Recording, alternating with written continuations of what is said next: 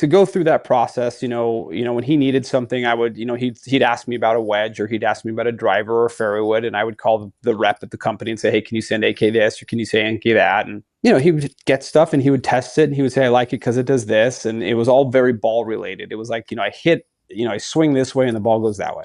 And there was no numbers. It's not like working with Charlie where it's like it's launching at 9. I need it to be 9.95. Yeah. Just wrestling with the track, man. But I guess the reason I'm saying this is like he still looks at equipment that way.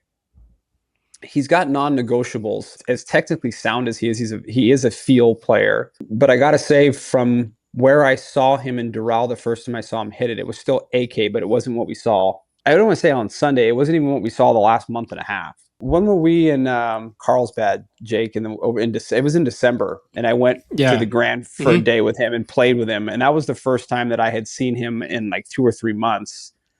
And he had told me that he had progressed quite a bit working with Matt Killen. And I remember that day I'm watching him, I'm like, this guy hits it as good as anybody out there.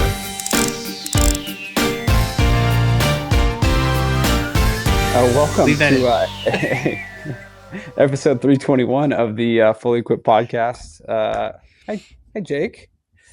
What's up? How are you, son? What a start. It's been a long day. We got to be honest to the crowd at home. It's we're recording this on a Tuesday. It's one of those days for Jake and I that was full of calls. So yeah, it's just Zoom chat mania over here.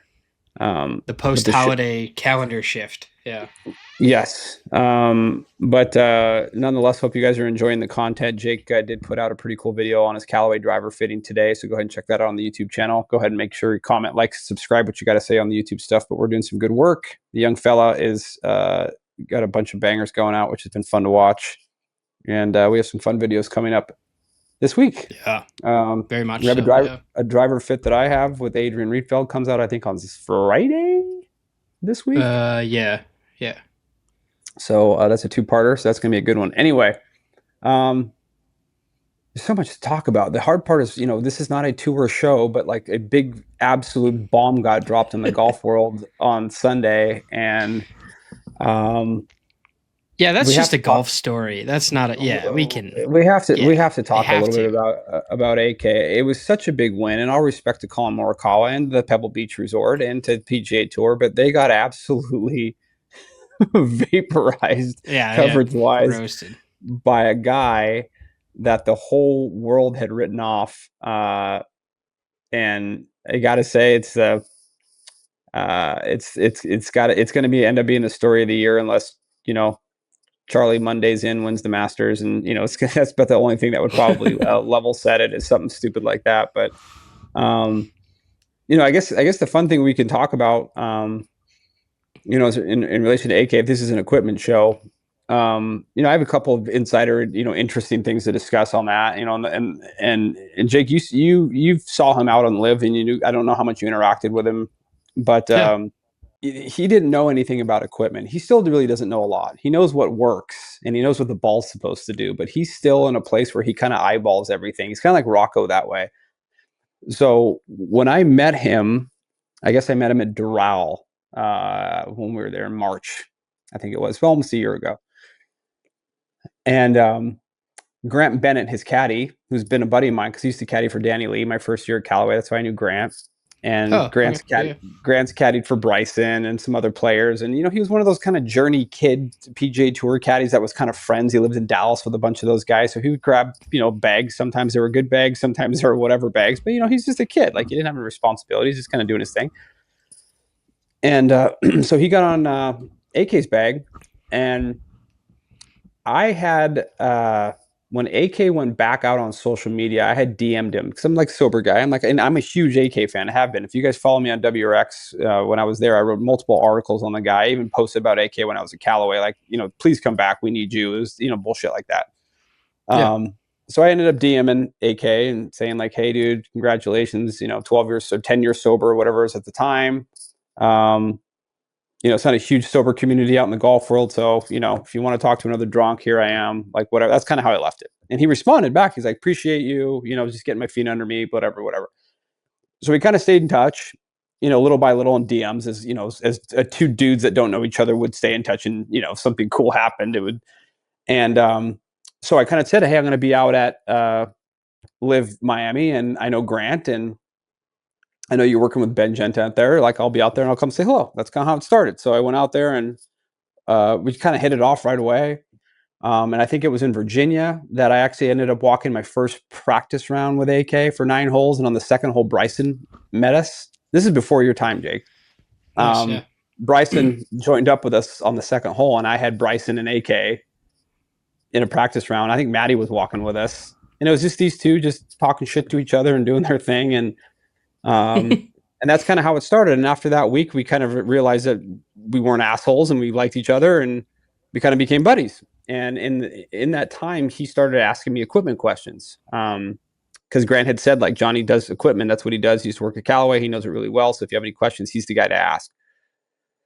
So I'll keep this as short-winded as I can, but it's been interesting because you're talking to a guy. I shouldn't say working, but talking to a person, trying to help them and answer questions for them when they don't know TrackMan, they don't speak Foresight, they don't even speak modern golf ball.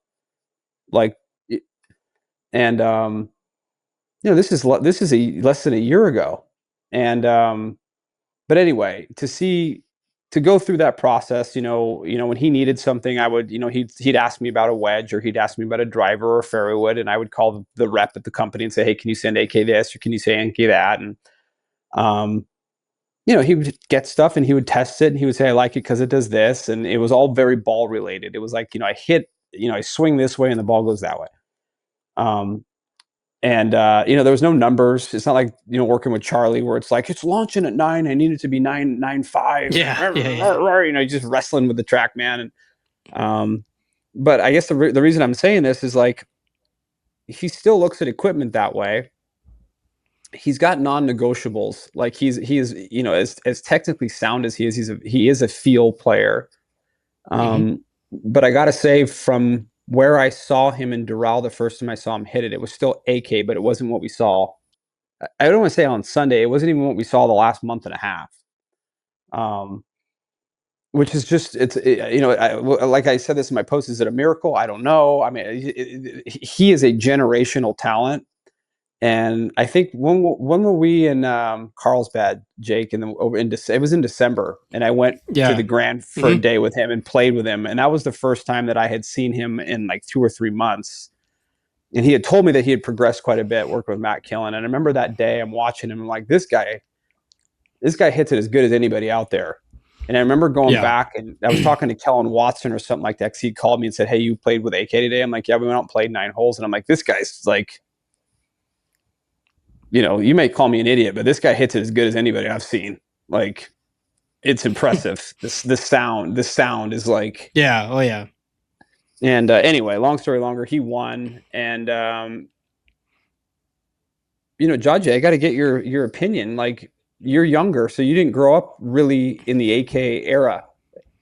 No, and that Ryder Cup was before I cared about golf, and then his disappearance was also kind of before I cared about golf. So everything I know about AK is like posthumously, basically.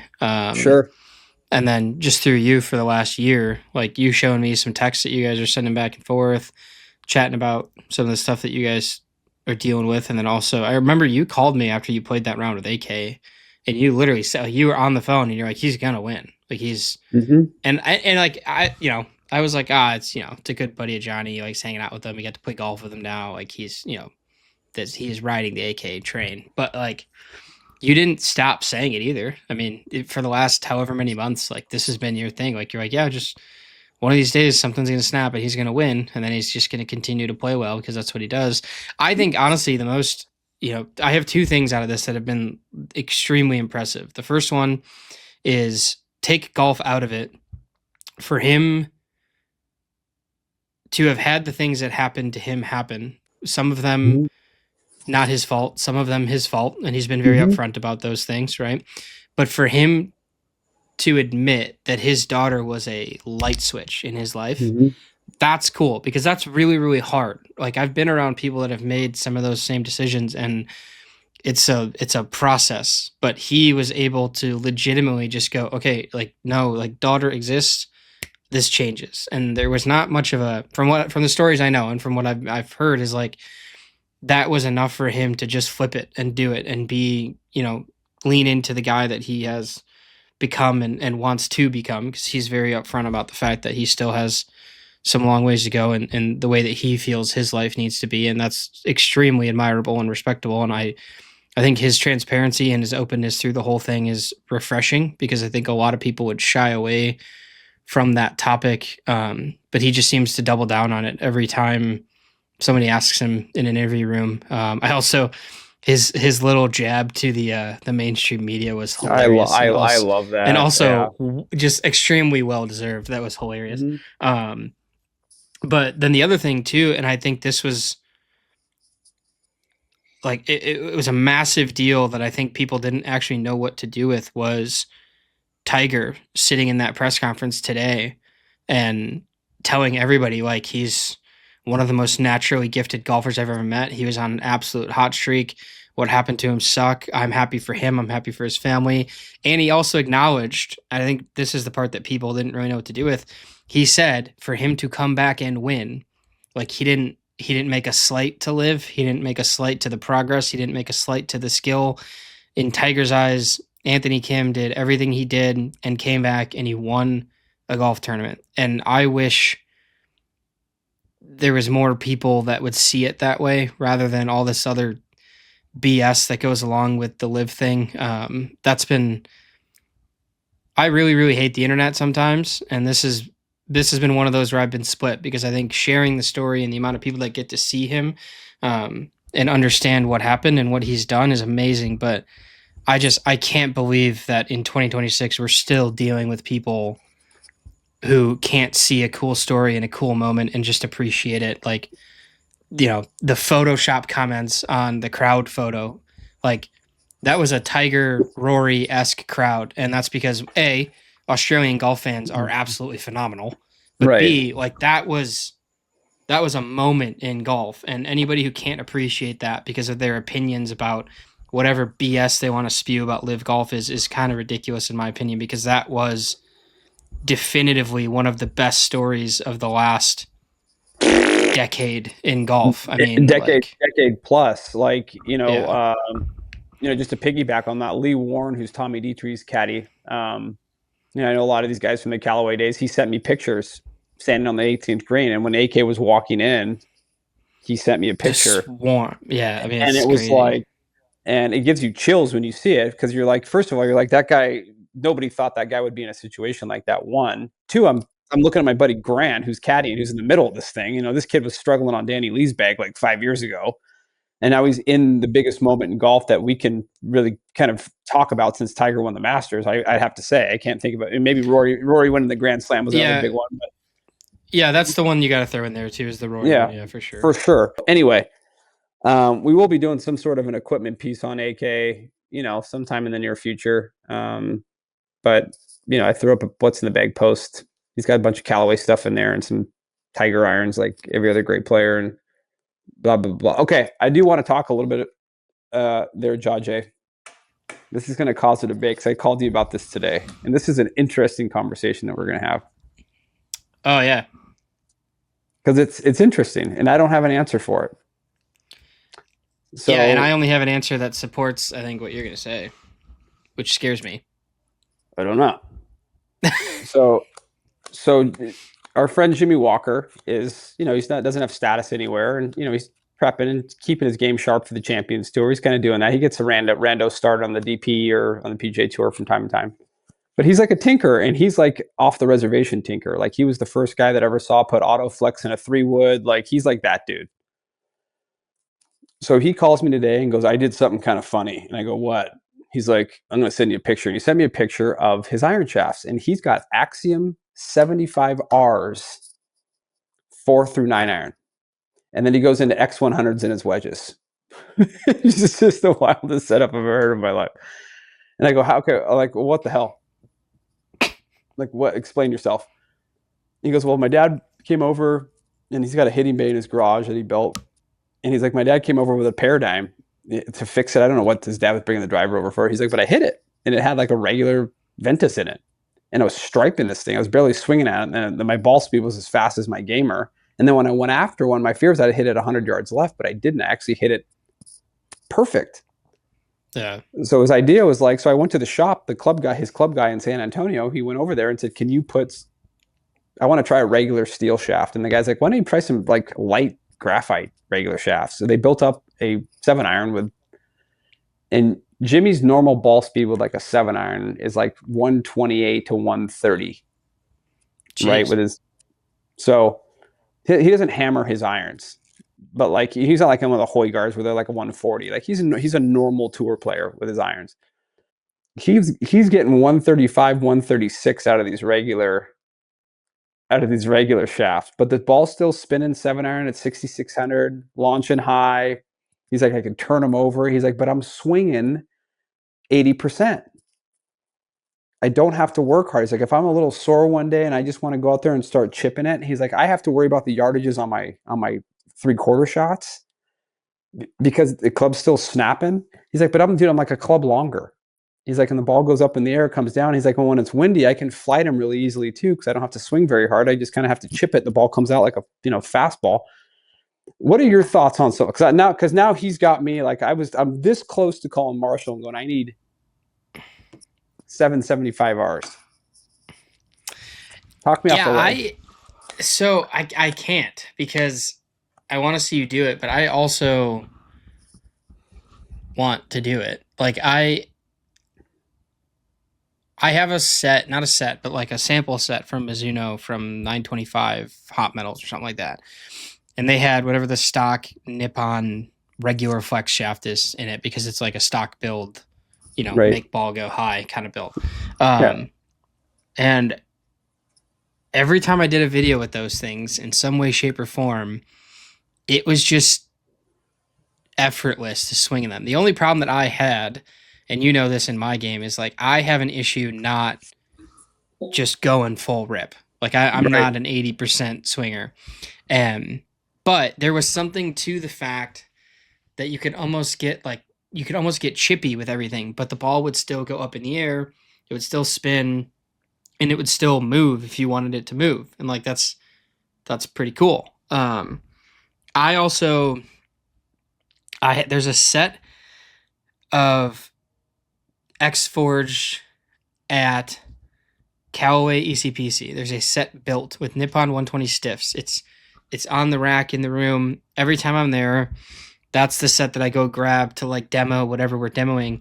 And every time I leave there, I ask, I'm like, hey, like that set, like I feel like I could just take it because it's like always the best irons that I hit.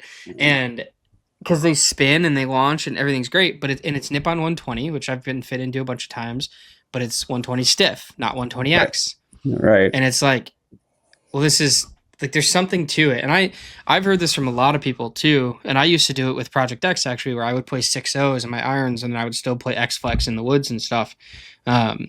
Just because it just felt a little easier.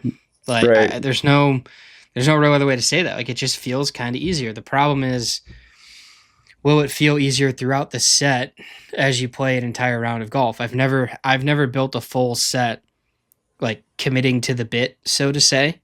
Sure. Because like I would love to go, like for the sake of what I'm saying, like Nippon 110 stiff or Nippon 110 Rs or Project X, 5.5s. Yeah. And like just kind of see. What's more interesting actually about what Jimmy said was staying with like X100s and his wedges. This is something that I'm planning. Like we're gonna do it. You're gonna be part of it, whether you like it or not. Is the idea of what makes a good wedge shaft is like a big mystery. Nobody has actually come out and definitively said this is the best thing to put in your wedges. And it's like, because some people believe in heavier and softer. Some people believe you should soft step an 8-iron. Some people believe you should get the wedge part of the iron shafts that you have. Some people say just play the same shaft. I am actually of the opinion that heavier and stiffer is what has worked best for me. Like, I would go from, if I'm using PX65s, like I would use PX65 just the wedge shaft, or like the ZN, or just all the way through, or like the ZNEs that I used to play or still do. Like those are 130s based off of, I play my irons at 120. A ZNE is a telephone pole at 130 grams, and I love it. Like, so I think, I don't know, at some point we needed to like delineate that. But it's an interesting experiment, and I think we should both do it. Yeah, I'm not gonna do it before Battle of the Beach. Yeah, I'm not gonna do it before Battle of the Beach, but after Battle of the Beach, like that's my big project is doing that and going out and playing. Because my concern is, loose shots. Like, what if your tempo isn't nice and smooth? Like, what if you do go after one? What does it look like? And I asked Jimmy that. I'm like, what happens if you run a reef on one? He's like, it's perfect. And I'm like, really? Like, is it because of the profile of Axiom, which is kind of, it's light and soft, but it's still pretty tip stiff. So maybe that's the thing. Maybe it's this. So I don't know, but I'm going to try it, and I'm very excited. I'm just going to do them in the same irons that I have. I'm just going to build a brand new set of the ones I have and just try to compare. And I'm telling you what, if I get to a point where it's like I have no benefit in playing anything other than something light and whippy at 100 years old, because I'm looking for ways to still hit it like I'm 35, even when I'm 55, right? And I have to do that through technology. That's why this equipment thing for me is interesting, because I'm trying to find ways to kind of slow the clock down with technology. Where, you know what I mean? So, but you said something interesting on the wedge thing, and he made a comment. He's like, my wedges already do what I want them to do, and I've always played S400 in my wedges because that's what I was taught when I was a kid. Like when we were kids, the head pro at our club, if you got a wedge, it came with an S400. It's just how it was. And whenever you would try to be like, I want to try this shaft, or I want to try this or that, the pro would be like, I ain't ordering that. Like, that's not a good wedge. Like, you want heavy and soft, and this is why. And he explained it to us, and he was hammered in our heads that was how it was done. And like literally my whole life I've played S400 shafts. Even in my irons, I played S400s until these Nippons that I have in my irons now. So, no, but you make actually a really good point is, and you would know this better than anybody because you've delved into the wedge shaft thing. I mean, you've done the multi-material ones. You've tried this, you've tried that. I've got 2 lob wedges with putter shafts in them. Yeah, I mean, you've gone down. I mean, when I was at Callaway, we were messing around with stroke lab shafts in wedge shafts, and I tell you what, they were pretty good. Like, they were 70 grams, and it was something. Like, it was, what it did and whether or not it was an on-course value, nobody really knows. But on the range and on a TrackMan, I was like, this is something. That's something. Yeah, it's something. So again, we're talking about stuff that's like super rabbit hole-y, but there might be a nugget in some of these experiments that might help a lot of players. I think a lot of the consumers go into a fitting and say, I'm a fast swinger, I need this, or I kind of live here. And and even me is, you fit, I fit, a lot of the times you see a player who's fast, this guy, we'll try X100, we'll try this. Like, I would never think, if I had a smooth swinger that had really, really good tempo and consistent tempo, it's like, let's try something soft. Yeah. Let's just see what this looks like. I've never tried that with a player ever. Like, so yeah, it's super interesting because, like, I'm a big proponent of, and I've said this on videos before, you should play the softest part that makes sense in the right profile. So, like, if you get the profile right, the actual flex designation that you end up in is not going to make nearly as much of an effect as having the wrong profile. Like, I will stand by that statement, and that's from driver down to 9-iron. Like, 100%. If I'm playing D on a WB and I play it in an S versus an X, the difference between WB, X, and S is going to be way less than WB and BB in the same flex, for example. Right. Just throwing that out there, just so people have a good concrete thing in their brains. So it makes a lot of sense to me that something like the Axiom would be okay going lighter and stiffer. The question that I would have for him is like, how did he build it? Like, did he build it a little bit long? Did he build the same length? Did he add head weight, or did he just build it Yes, and let it be it? they spec them out to compare with his title. So it's a set of 3DP MBs, the irons that you got, because Yeah, Ben yeah, sent yeah. him a set of blades. Love that. And they added some head weight to them, which makes them feel even whippier because they're Yeah, head heavy. yeah, They're at like D3.5 or whatever his spec. I think he's like D3 or D4. And again, he's just like, I feel everything. Like yeah. it makes me sensitive to the club head, and and if I want to lean on it, I want to feel that bullwhip snap. Like I want to, and Yeah, that's that's the interesting part, because like in the experiments I have done with it, with like clubs that I get sent that are stock regular flex stuff, the problem that happens for me, like because I cover it so hard mm-hmm. on the shots where I'm trying to hit it a little lower, or I need to punch it or whatever, the shaft, like you can feel it get stuck, and there's no stability through that certain spot. And for me, Right, like I hit that shot a lot, because that's, right, I mean, you're halfway to my stock shot at that point basically. So mm-hmm. that's where it got tough, was like it felt like you were just kind of dumping it into the ball and it wasn't going to do anything for you, for me. But for somebody that's a little bit more control with their low point, and maybe not 5-6 down like I am on an 8 iron, I can see why the little kick, the little impact move with something a little softer could be like pretty sick. I mean, it's a cool Uh, idea. I'm gonna uh, do it. I'm gonna do it too because I feel like the one thing that I do have going for me is my tempo is always pretty good. Like Yeah. I don't swing hard, right? So No, I and you look don't at it yank it like either. Like you know. no, yeah, I So don't pull on the handle. I just I kind of move through it, right? I'm kind of doing some yeah, stuff, but essentially I'm kind of gliding through every shot. So I'm looking at it like if it works, it's really going to work for somebody like me. And if it's wrong, I'm going to hit everything dead right because the club's just going to fall behind me, and it's which is fine, but it's worth the experiment to yeah, me for at my sure. age. It's like, Yeah, yeah, yeah. I'm going to try it. So, um, okay, the next topic that I want to cover here is we have Battle Well, so Beach. wait, hold Oh, on. go Sorry, ahead. I got one more thing on this because I just thought of it. I'm sorry. No, no, So no, sorry. go. So we talked about Tej earlier. Mm-hmm. So Tej builds his stuff with regular flex iron shafts, and I actually looked back through some of his stuff after we talked about that. I don't want to quote him or say that he told me this because he didn't, but like part of the reason for that is I know that he plays really, really light head weights Mm-hmm. for his irons. So his actual like measured flex is not coming out at a regular flex. I think it's coming out a little bit higher, like an R plus or like closer to an S. But Sure. it's also a build perspective thing for a guy like that. Like he MOI matches his builds, which is a nerdy thing that I don't quite understand fully. But like he MOI matches all his stuff, and there's a little bit to say for when somebody that's gone down that rabbit hole so hard, like there's got to be a reason he did it.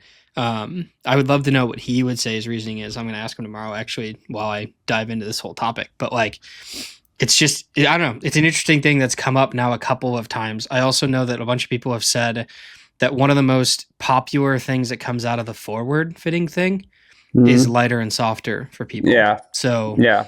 I wonder, yeah, I don't know. Anyhow, sorry. Yeah. Battle at the beach. No, but really, but like just again, I'm gonna say something about that. So like the MOI matching thing, I understand it and I understand the idea of it because we talked about this like when I was at Callaway a couple of Mm-hmm. years ago. Somebody else brought it up, and I didn't understand what it meant when I heard it. I was like, "What? What? Are you, huh? Like MOI match? Explain that one to me. Like, how do you do that across a set with different, granted all the heads are supposed to, be in a relationship together, but ultimately they're different shapes, they're different head weights, you can get all the head weights the same and stuff, but it's not as simple as just like, okay, I want this one to do this one. I've never quite understood how they do it. Like, do you know how it's done? I don't. And I've Well, been around. I've never seen so it done before.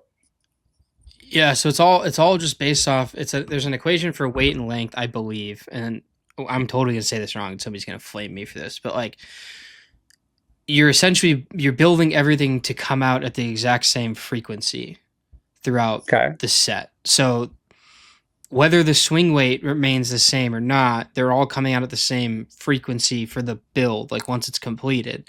So the idea is for that one club, and then on to the next one. So each club's in a vacuum. Yeah, yeah, but they all come out to the same. The set comes out at one frequency.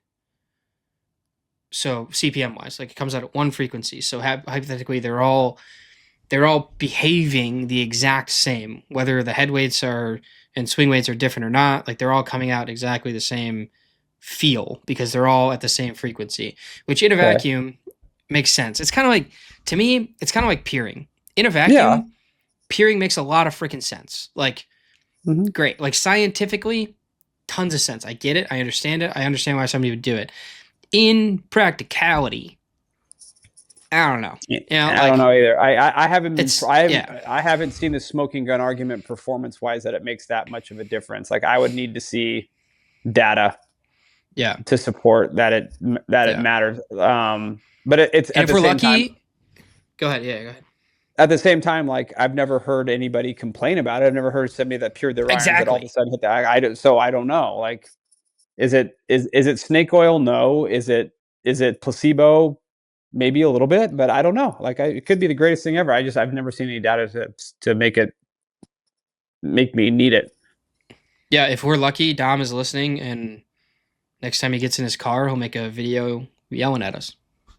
Yeah, I want to know, because that's like, I came up, learning in a pro shop and learning from their PGA professionals, and then the rest of it was, the rest of my club knowledge came from working on a tour truck. Like they don't MOI match stuff on a tour truck. It's like, no, yeah, those are rabbit holes that nobody goes down. Yeah, I have seen our builders, do total weight builds versus swing weight. I've seen that go down, which is not as complicated as it sounds. You just weigh the parts and, everything's got to be the same. I've seen that go down. Yeah. But again, I would really love to learn what that is to understand it more. I've heard it a few times. Just don't know. Maybe I'm just too old. Okay. I do want to talk about Battle of the Beach, because I've had some thoughts. Oh, okay. I've had some thoughts. Okay, so if you had to go tomorrow, if we had to leave tomorrow. Oh, jeez. I've been thinking about this a lot. Every day I think about this, and I'm like, I got my clubs downstairs in the basement, and I walk by them all the time, and I'm always like grabbing one lobber and pulling one lobber out and putting the other one in. Blah blah blah. I'm in it right now. But right now, I think the TD Max is gonna. I think the TD Max is gonna be the driver I play at Battle of the Beach if I had to play tomorrow. What? This is big. This is breaking news. And I say this like if I had to play tomorrow. Yeah. And the reason why I say that is this. Is I hit the ping, awesome, especially the new one. Hit it great. I hit it straight, really straight. Yeah. It doesn't draw much. I hit it really straight. The TaylorMade, I hit out of the guts. I hit it straight. When if I make a good swing on it, it's got a great ball flight. It does cool stuff. I went back and looked at my TrackMan session, because you got to remember, when I was hitting balls at ping, I hit 20 with this 440K. The numbers were great. It was all like 164, 11, 2400. I mean, just like godlike, great numbers for me. And the TD Max was the last driver that I hit before Kenton brought out the new 440K. While we were waiting for that one to be built, I was sitting out there hitting this tee. I was like, fuck it, let's hit these TaylorMade. The TaylorMade I hit the fastest. TaylorMade I hit when I was at ping, I got it to 166. But I had two balls of the 10 that were way right, which is a ball that scares the crap out of me. The rest, the other eight were bangers. Yeah. This TD Max, I hit it like 12 times, 13 times. It was 165.1, 10.5 launch, 2350 spin, 149 smash, like over and over and over and over and over and over. And every ball started slightly right and turned over. And there was a couple of balls there that my face to path would suggest that the ball should be a slight push to the right. And the ball still turned over. And I was like, look at it, because I was going through and I was like, whoa, wait a second.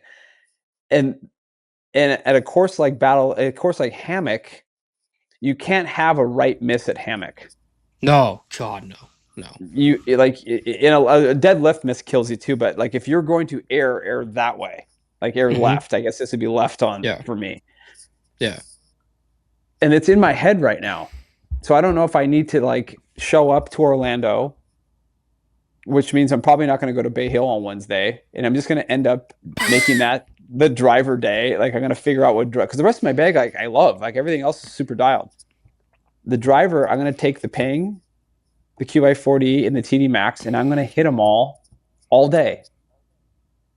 And I'm just going to figure out what one is the one. I don't know, dude. I'm freaked out because on that golf course, I live and die. You can ask LaRoche. I live and die with the driver and the putter at that golf course. If I'm driving it well and I'm putting it good, I ball out. If the driver's south, it's a struggle. Things are bad. So it's actually interesting you say that for a bunch of reasons. The main one being, so I played yesterday with my coach. We went out and played a full of 18, and there's beautiful weather here for some random reason. And I had a new build because I was getting stressed with my Quantum TD Max. The story for me is every time I hit the Callaways, either one, the Triple Diamond or the TD Max, it's the fastest ball speeds I get out of any driver. Like it just is. Mm-hmm. I have a nearly perfect QI4D core build, which is the driver that I shot really well with a couple weeks ago. And that one is near perfect. But then I go back and I hit the Callaways and it's just always faster. And I'm like, damn, like I got to figure this out. The problem is I got fit into WB, and I'll wake up and have days where I hit nothing better than WB. And I have days where I wake up and I can't hit WB for the life of me. And that scares me too much to play that shaft. So I was talking to Napier, and we kind of landed in a couple experiments. I got a couple things on the way actually to experiment with too. But what I ended up doing is I took a Diamana BB 63TX and I tipped it 1.5 inches. And this golf shaft feels amazing. So I go out yesterday, I put it in the TD Max head, and I'm struggling. Like still the low spin miss. I can't get the ball in the air. My swing was a little off too. And so I kind of got my swing back into a better place, and then it started looking more promising, but just left. And so I'm doing all this stuff to try to get it to stop going left. And at the end of the day, I decided, like, for me, I don't think TD Max is it. I think I'm going to go regular Triple Diamond because I will turn the ball over either way. But I don't like the Triple Diamond Max is, I don't want to call it draw bias, but it is anti-right for me. Like, yes. I mean, I love that about that head. Yeah. Like I don't want to call it a draw head, but it also, as a elite TD player, I am super curious what the new TD is like, because if the Triple Diamond Max this year is more left friendly, but I would argue that it still starts. The thing with the TD Max is it still starts right. So in my thing would be the TD is probably the same story where it's a start line thing, not a flight thing. So I kind of hope that's what it is. I'm excited to see. Whenever Kellen is super jacked up on the TD. He thinks it's the best, the most efficient head that they've done in a long time. Yeah. So I have also heard, I don't know if you have, I've also heard that the new TD will spin a little bit more, which makes me super excited. Like compared to the Quantum, compared to the Quantum TD and the Quantum TD Max, the TD will spin just a little bit more because they're trying to create a draw-friendly flight. So if you're too low spin on a draw-friendly flight, that's Can't do a it. disaster. That's not going to work. So I'm excited about it because if it spins well and I can throw a flat sleeve on that bad boy in like a 10.5 degree -1, we're doing cool things. Then you're happy. So the reason, Yeah. like, the reason I like, look, I got to be honest. Like, I've kind of bought into these higher MOI shapes, these smash down shapes. I mean, I've learned that, like, at this point in the game, for me, they're better because I just don't think I hit the pear shaped drivers as well. Sure. Like, Sure. I think I react to them now, and I think a lot of it's just a trust issue. Like, I feel like I can swing a smash burger better than I can like a fucking Big Mac, right? Sure. So that's the best analogy I can come up with. Love it. But Kellen's like, the other thing that worries me about the builds now, granted, like this, I have two. He sent me home with 3 TaylorMade drivers. Adrian did. He sent me home with a 9-degree head with 1 click to the lower, so it's at 8.5. Then he sent me home with that 8-degree one that I hit when I played with you. And then he sent me home with an LS head that I just like. He sent it with me just because, like, hey, I hear, just take it like it's an LS head. But the funny thing is I'm not 100% sure if I don't hit the higher lofted QI40, I hit it exactly like I hit this TD Max. So the funny thing is, like, I like, whether I can see loft, which I can on all of them, which is cool. I can see loft. Mentally, I like knowing that it's 8.5, 8.6, somewhere not 8 degrees seems like I'm standing over a cliff just going, you better swing it good. Like, Yeah. you know what I mean? It's like a mental thing. Yeah. So I don't know. Like, the one thing I wanted to say when you started talking about what you were working on is this is for the consumers, and it's not just directly towards us. We found across 3 companies, essentially, even more. The Wilson driver you said was great. Cobra has an awesome driver. Like, I have 5 or 6 drivers downstairs that are all within a mile and a half of each other. And to be honest, like the Cobra that Ben sent me, that X head, I haven't, I have the one that I got fit into, but I haven't done like the deep dive, moving the weights around, playing with the cog a little bit. I haven't done that with that yet. But the nice thing is, versus last year and even a couple of the years that I was at Callaway, I feel like I can't make a bad choice with the driver right now. Like, I could. Same. Yeah. Which is more of a commentary on how awesome how great everything is, especially in the driver category this year.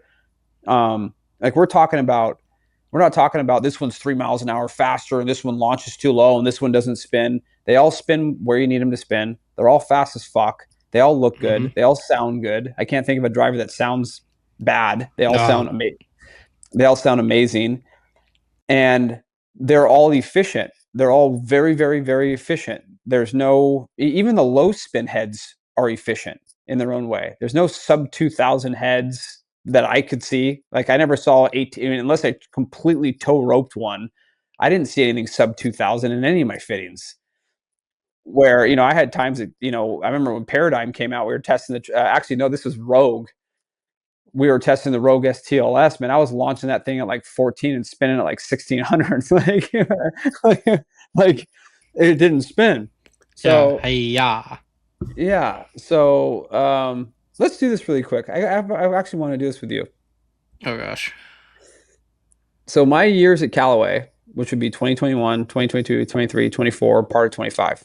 So I had Epic Speed, Rogue, Paradigm, Smoke, Elite. Those are the 5 drivers that I launched. If I had to rank them top to bottom, my favorite driver was Epic Speed Triple Diamond. 100%. That was my favorite. Yeah. That was I love, and I still have it downstairs, the original one.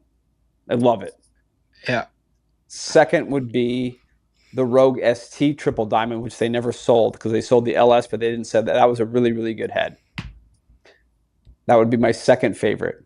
My third favorite head of all time was the Rogue ST Max D head. Yeah, which I remember all the content you did with that. Yeah, a great one, and it got stolen out of my car in my favorite city, Los Angeles, along with my whole set of clubs. Somebody broke the window and pulled them out of the back of my car. Fourth would be AI Smoke Core model was a really fun driver, a really, really fun driver. And then the fifth one would be the Elite TD was a fun driver. Like that was cool. It just so happened it came out right when I had left, and I had it and I hit it, and then I got the Titleist and TaylorMade, and like I just fucking in the rabbit hole, and that was it. Yeah. What you rank them now? You rank them for me. So I played them all. I've played a Callaway driver forever, basically. So the last place for sure is Rogue ST. I didn't hit any of those heads well. The best head that I hit in Rogue ST was the Triple Diamond S. That was like the only thing I could even kind of play well, and I played okay like with it. I kept my epic speed pretty much that whole year though. What epic speed were you in? Triple Diamond LS. That's right, because that was the only one they sold was the LS. They had both that year. They had both. The LS was one they didn't sell actually. I got the LS through a tour dealer. Because it came out as like a release like afterwards. After the fact. So really quickly, we had a what the hell was that head called? We had the first tour draw head in the epic speed line. There was like I think I did a video on it. There was like, I gotta look that up on the World of Wonder website's still up. I did an article on all the tour heads every year. This is what we got. Yeah. And it was literally for the WRXers. It's like, okay, all the conspiracy theories aside, these are all the fucking heads that are on the tour truck. And it was a DS. It was a Triple Diamond DS is what it was called. So you want to know who you did that video with? I can tell you. Who? You did that video with Ian Fraser. I did that video with Ian Fraser for Paradigm. With all the tour heads? I'm talking about epic speed. Hold on. I did an article. World of Wonder. Let me look this up. That site was so bomb, by the way.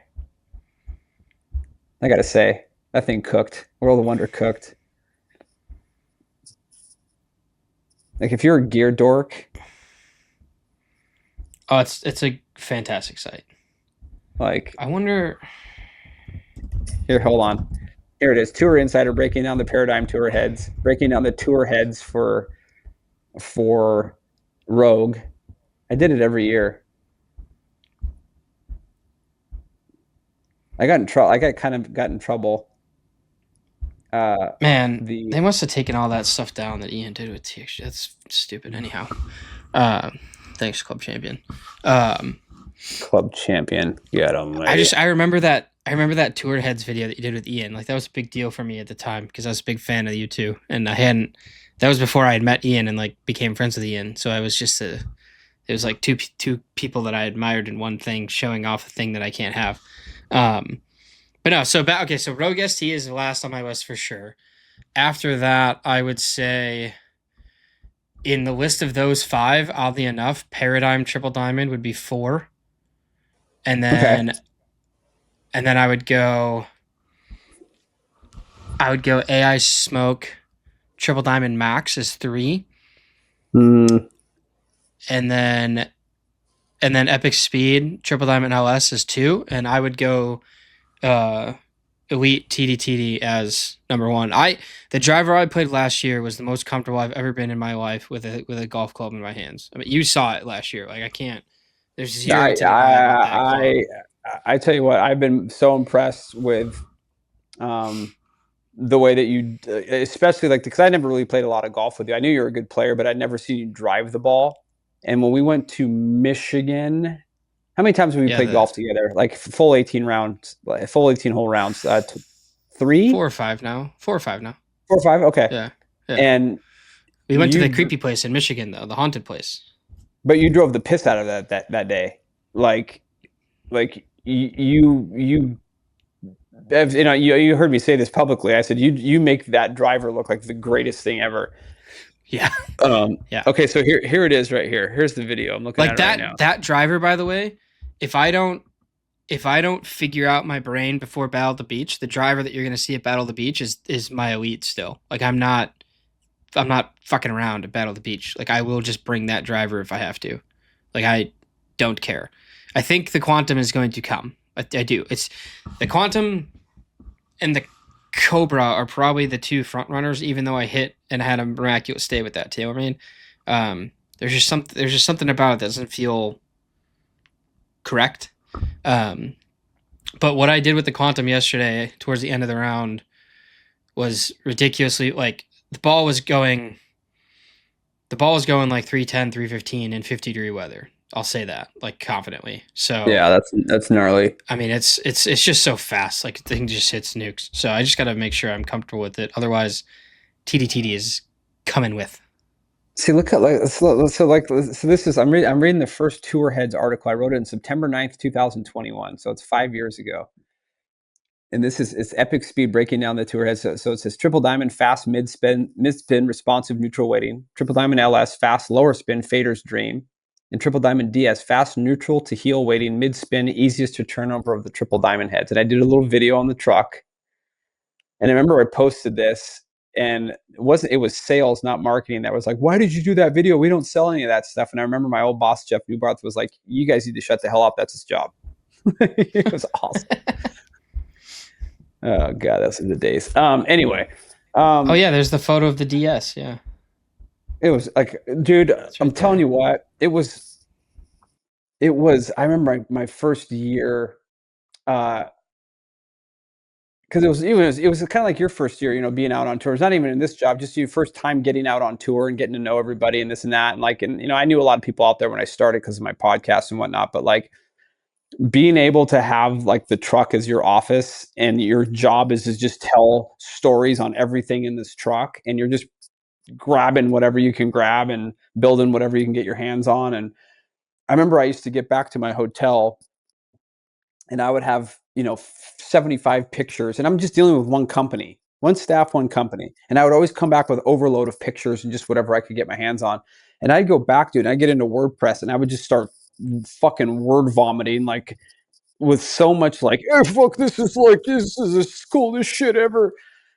And like, I gotta say, dude, I miss those days. They were like, I kind of hope, like, I think you're going to progress way past something like that here soon because you're very good at your job.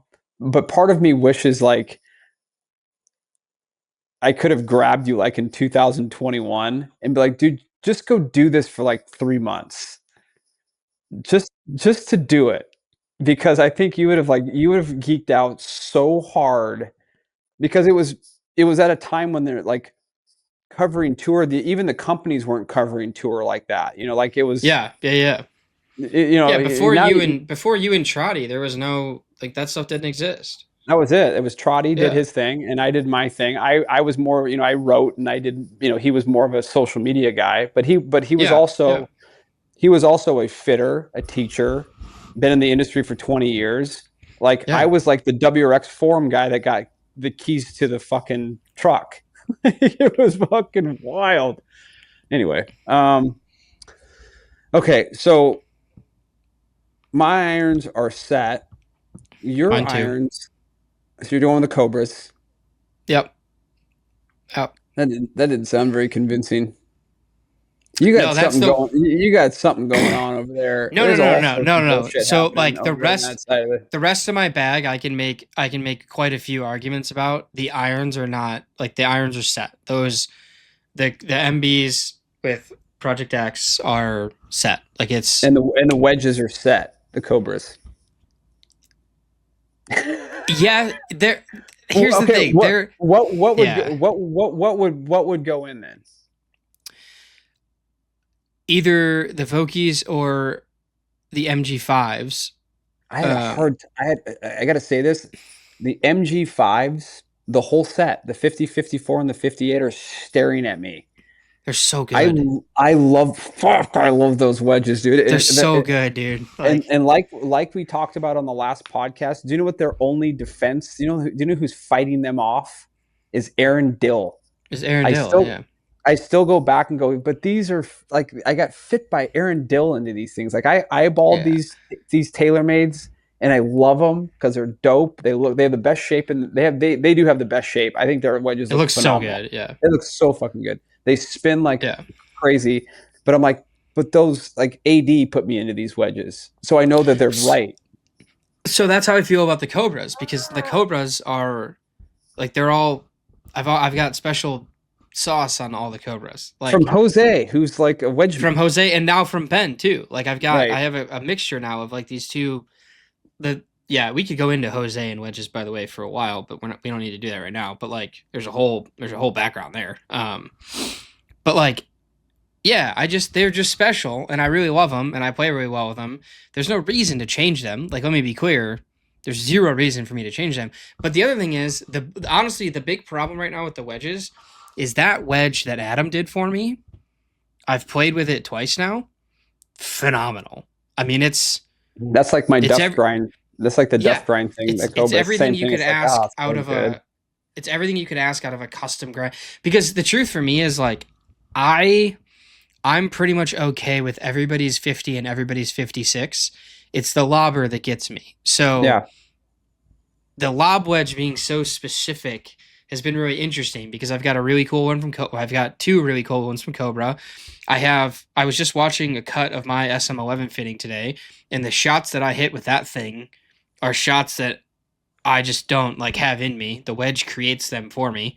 Right. And then now I've got this ping. And it's like, I like the ping too. Shit. Little H. It spins like an absolute mother. Like, that's the thing with the ping, is that one definitively stops harder than any of the other ones I have. It's just a little, like, there's still some shaping things to it. Like, the grind is perfect. What Adam did is perfect, but the shape of it is still like, like something's just, There's another wedge. There's another wedge that's staring at me, and the only issue I'm having it is it's a 1/4 inch longer than my normal lob wedges, meaning it's the same length as my 54, and that's that SP Plus piece that Kellen built me. Oh yeah.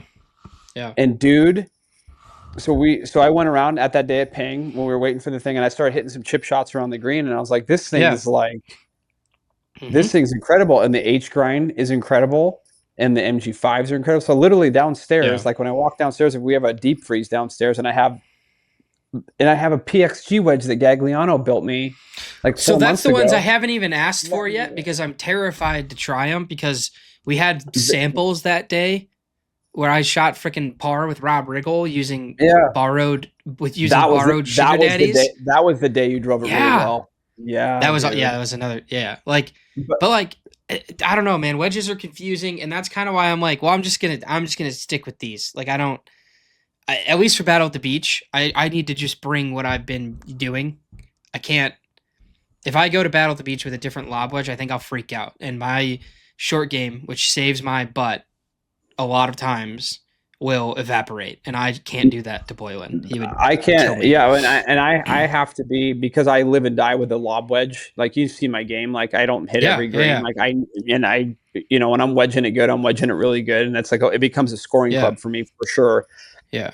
But I'm looking at my setup and I'm going, what's the responsible way to look at this? I got fit into these wedges, so I know that they work by the guy that does it at the highest level. So it's like, Johnny, don't take any wingers. Like, I know you like these other ones. Wait till the summer, but for Battle of the Beach, you're going with this setup. Like, the irons is the responsible choice for me. Like, I look at my irons and I go, that is right sized iron set for me. At my age, what I'm doing, they're perfect. My fairway woods, I got 9 months in with these things now. I love them. I hit them good. I trust them. Do I hit them perfect? No, but I've hit a ton of good shots with them. Driver, like, again, if I had to play tomorrow, I'm going to go with what I know. But and the putter, I feel like I'm making the right putter choice. Like, this Spider that they built me, like, I like it. I'm stoked on it. But anyway, I don't know what we talked about today. It's another show. Like, what we're an hour into this thing. Yeah, who knows? The one thing I will say, and we can end it here, is if we're planning to play a practice round at Hammock, like not somewhere else, at Hammock, we need to. Then I will be bringing a couple of testers, drivers or lobbers. The ping lob wedge has to come with me to test it at Hammock on Hammock turf conditions, because if it works there, it's hard and grainy. Yeah. If it works there, I'm gonna use it just straight up. So Do you know that what? will Do you know be what? with me. What's the par four? Is par four 10? 10's a par four. One's a par Yeah. five. 10's a par four. Yeah. Okay. Yeah. Do Yep. you know what? Because it's like an almost drivable par four, right? Do you know what I hate about that hole? It's the one soft, almost like Parkland style grass, right? Like from 100 yards in to that green. Yeah. Because everywhere else, it's like hitting off of this counter. It's grainy. You know, you got to have good hands and. Yep. But I've hit some great shots off of that crap, and I've laid the sod over it a couple times in that one spot. You're talking about left of the driving range. Left, yes, that par four. That's one. Yeah, that's one. Okay, so that's one. Yeah. 10's the par. Yeah, 10, that's right. You go around. 10's on the right side. Yeah. Yeah. So number one, you bomb your drive, you can hit it 100 yards left, you can hit 100 yards right, you clear the trees, you're fine, you got a shot. If you hit it in the right rough, left rough, you're fine. It's when you hit it dead down the middle and you get into that patch where all the water has that runoff off of that green, because the green, and it gets really soft from like 50 yards, 60 yards. I have nightmares about that fucking shot. And I am sitting there. So like you, I might bring 2 lobbers. I might bring my little M grind, and I might bring that little Duffing, that either the SP Plus or the fucking Duff grind. I'm cussing. I told the people on YouTube I wouldn't cuss so much, but it's late. We're tired. We've been on the phone all day. Anyway, this is gosh, man. Yeah, it'll be interesting. I hope we not hope, but we will be. We'll have some content, probably a lot of stories stuff that week. 2 weeks from now, people be focused on our Instagrams. Well, Thursday is a big practice day for us. You and I are going to go grind at Isleworth for a day. We're going to grind. Yeah. Friday, we're going to get a practice round in. And then Saturday, we go to battle at the beach. Yep. I got to see if this old dog still has all my tricks. The other thing to think about for you is you need to think about alt shot, because you're hitting quite a few wedges in alt shot because your partner freaking bombs it. So that's something you got to think about. That's why the 44, like you have a lot of 60-yard shots, yeah. Mm-hmm, the wedge set, because it's 44 at 45, 50, and then 54. Those are cooked. Like I'm not going to find any performance gains anywhere. Like if I swap it up and even put the MG5s, and it's like I'm going to get the same situation. It's the same. Yeah, same. It's same. But the lobbers is like, you're right. Like I do, because my partner does hammer it. And I do have a lot of 90 to 50 yard shots at Battle of the Beach, a ton of them. And yeah, so it's a lot to think about. I don't know if anybody, that's listening to this podcast wants to hear any of this crap. But the one thing that Jake and I have decided to do as we go down this year is that we have found that we have the most fun when we are doing stuff together on the range, testing clubs, stuff like that. So I know you're seeing a lot of fully fit stuff and a lot of, me in a video, him in a video, but I think you and I are pretty dedicated to doing more nerd out sessions on driving ranges with a bunch of gear and a TrackMan and a quad. And I think that's what is really jacking me up for this summer, is to go do more of that stuff. So we will be at about, we'll be covering live, I think, domestically this year. So we'll hit 4 or 5 of those events, and I'd like to build in a couple of days before that or after that to hit some of those different cities. You got Michigan, we'll have Louisiana, we'll have, go find some holes in the wall golf courses, and So anyway, that is a fully equipped episode 321. I hope you guys like the stories I told. Again, some of the stories I told from 4 or 5 years ago, I am paraphrasing. I don't know if that's exactly how it went down. I'm 100 years old, but I hope you guys enjoy that stuff. Really quickly, shout out to Marvel that had everybody super stoked for the Doomsday trailer to come out today at 9:00. And because I'm 49 and not mature by any stretch, I woke up at 8, dropped my kids off at school, hurried home, got to my computer and sat there 8:57, 8:58 waiting for the trailer to come out. No trailer. I feel like the biggest loser ever. I'm 100, no trailer. No Iron Man for you. No, I don't have, but I did find out that Iron Man is in the next Doomsday. How? Do the math. How? Robert Downey Jr. is playing Iron Man and Dr. Doom? No, he won't play Iron Man. How wouldn't he? Who's going to play Iron Man? It's a multiverse, dude. There's like 15 of them. Well, look at it this way. Andrew Garfield, Tobey Maguire, Tom Holland. There's 3 Spider-Mans. Why can't there be more than one Iron Man? They're going to dig back into the old Iron Man. They didn't make another Iron Man movie. So this is okay. Really quickly, Tom Cruise will show up as Iron Man. I don't know. Somebody like that. I have a theory, and this is kind of going around the internet. I would say this in 1 minute. The reason why Tony Stark can be Iron Man, it can be Doctor Doom, is because of the multiverse. But Tony Stark was adopted. So you remember that scene on the elevator in Endgame where he's with his dad, and he goes, "How far along is he?" And the dad goes, "I don't know, like this."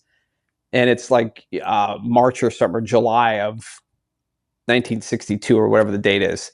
So Tony realizes he has that reaction because he's like, "Oh, this was an other baby, not me." That's why he had that reaction. So they were already planning on this. Just listen, hear me out. When Captain America did not come back, it threw off the timeline of the multiverse.